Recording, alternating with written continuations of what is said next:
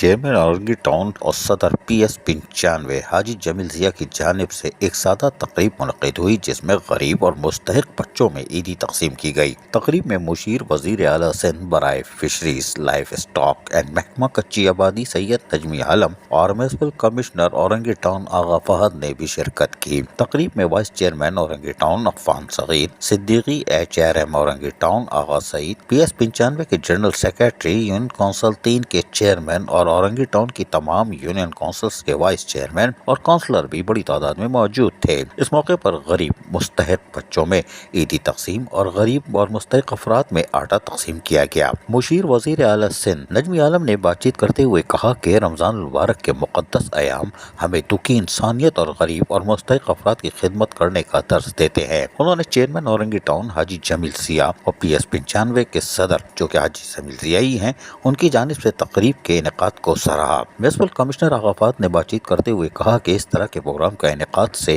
ہمیں دکھی انسانیت کی خدمت کر سکتے ہیں، جبکہ غریب اور مستحق بچوں کو عید سے پہلے عیدی دینے سے بچے عید کی شاپنگ کر سکیں گے اور اس طرح ان کی عید کی خوشیاں دوبالا ہو جائیں گی۔ اور تقریب کے اختتام پر غریب اور مستحق افراد میں آٹا بھی تقسیم کیا گیا۔ عزیز عارف، KBS بلیاتی نیوز کراچی۔ ایسی ہی خوبصورت ویڈیوز فیوچر میں حاصل کرنے کے لیے ریڈ بٹن پر کلک کر کے اور بیل آئیکن کو پریس کر کے ہم سب کے سبسکرائبر بننا مت بھولیے۔